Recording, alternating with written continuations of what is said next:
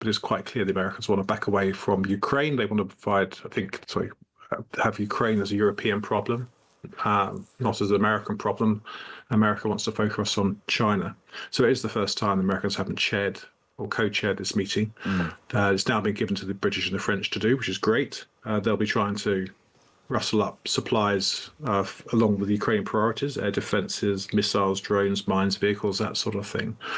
But I think the wider issue is, how much the Americans will actually bring to the table. A meeting of the Ukraine Contact Group is about to get underway in NATO's headquarters in Brussels.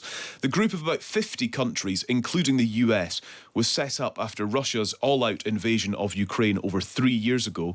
There are reports this morning that Donald Trump's envoy is heading to Moscow to meet President Putin.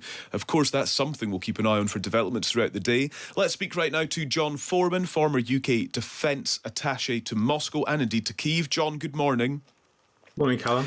We must remember, I suppose, in all of this, that the fighting continues and there is talk of an escalating sort of spring offensive, I suppose, on the actual battlefield. Yeah, that's the context, isn't it? That nothing's really changed. Ukraine continues to be attacked by Russia along the front. Ukrainian cities continue to be bombarded. Ukrainian civilians continue to be killed, as we saw in Kyiv rig last week with 9 children cut down in a playground. And I think the Ukraine's been saying about this large force mustering for offensive. It shows, I think, Putin's trying to grind on forward, try and maximise his gains ahead of any potential ceasefire and indeed peace deal in the due course. In terms of where we are at with peace deal, with continued conversation, and that is all it is, isn't it, frustratingly at this point. The Coalition of the Willing has been meeting. We've got this meeting today at NATO's headquarters as well. Conversations continue, John. In your analysis, are we making progress? Well, I think there was lots of momentum and enthusiasm in February, March. I think we may have spoken about it before. I think it's all gone slightly quieter. And that sort of it's gone off the boil. I think also because the Americans have got distracted over tariffs, over Yemen, over Iran, and of course over the bilateral relationship with China. So I'm not sure how much capacity there is for the Americans to walk and chew gum at the moment. And we've seen yesterday, Pete Hegseth was there, the Secretary for Defense, talking about Panama. So it's clear the Americans have got different priorities.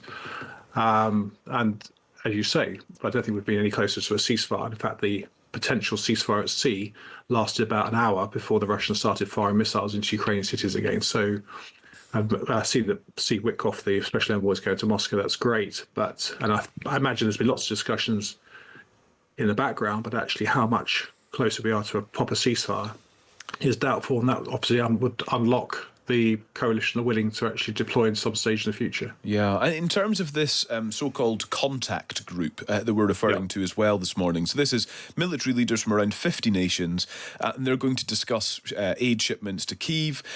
Pete Hegseth, the US Defence Secretary, will not be there in person. He's expected to dial in and participate virtually. And it's reported that this is the first time since the group's creation 3 years ago that the person in this role will not be physically present for the meeting of the group. And I wonder if there is an implication in there that the Trump administration is distancing itself from Ukraine as a partner and is moving closer to Russia if the envoy is heading there in person. I mean, it seems it could be, in a different context, a trivial thing to note a virtual attendance versus an in-person attendance, but surely in diplomacy, John, all of these are hugely symbolic, all of these things. Yeah, indeed. I think diplomacy is a human act. Hegseth's only been in the role a couple of months. I'd have thought he would be wanting to press the flesh and meet and greet the people around the table in this contact group to provide the US leadership. But it's quite clear the Americans want to back away from Ukraine. They want to have Ukraine as a European problem, not as an American problem. America wants to focus on China. So it is the first time the Americans haven't chaired or co-chaired this meeting. It's now been given to the British and the French to do, which is great. They'll be trying to rustle up supplies along with Ukraine priorities, air defences, missiles, drones, mines, vehicles, that sort of thing. But I think the wider issue is, how much the Americans will actually bring to the table. I read that the Ukrainians are still getting stuff from the Americans, and they may shift from a donor relationship to one of purchasing arms, which is probably more sustainable in the long term. But I think American presence in Europe does matter. And of course, the Russians are trying to get the Americans out. Yeah. John, thank you very much. Good to speak to you as always. That's John Foreman, former UK Defence Attaché to Moscow and to Kyiv.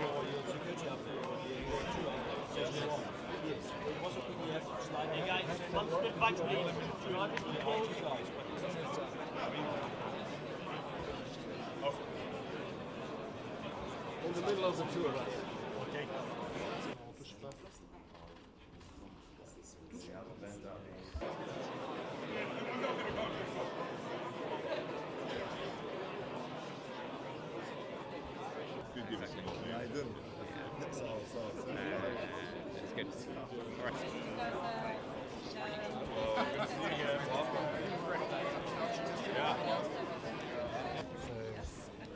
That's probably the agenda over there.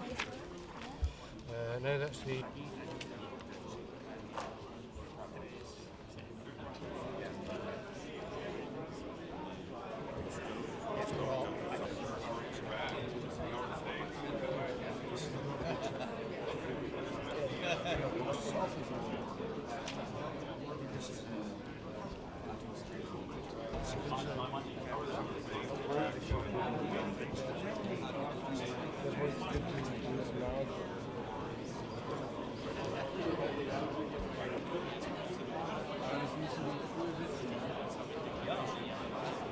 At various analysts. They were basically for Ukraine's fighters on the front line. A package that includes radar systems and finally say this about 2025 I'm pleased to say that we have US Secretary Hegseth to protect your sovereignty, your people, and to deter. Our job as defence ministers is to get urgent more you can do. All military aid now will help you secure that peace. Back in February, a moment for our defence industries to step up, and they are. We stand with you in the fight, and we will stand with you. Ukrainian armed forces must be their own strongest deterrent in aid for Ukraine. Today, we will pledge billions more. Welcome to the ambassador today. 3 years ago, almost to the day this group was established, the German Parliament has increased our budget for military support.